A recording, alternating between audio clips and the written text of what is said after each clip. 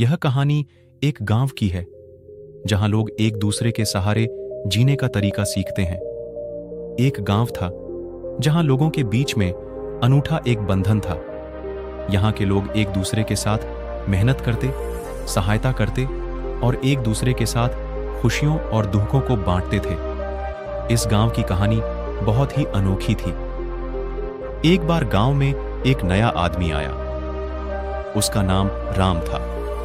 राम बहुत ही निराशाजनक हालात में आया था। वह एक छोटे से गांव में दूर रहते थे, जहां उनका परिवार बीमारियों और तंगी में फंसा था। उन्होंने सोचा कि वह इस गांव में आकर नए जीवन की कोशिश करेंगे।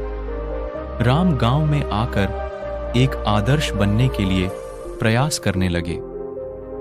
वे हर काम में मेहनत करते, दूसरों की सहायता करते और सबके लिए प्रेरणा स्रोत बन गए। दूसरे लोगों की खुशियों और दुखों में भी वे सहभागी रहते।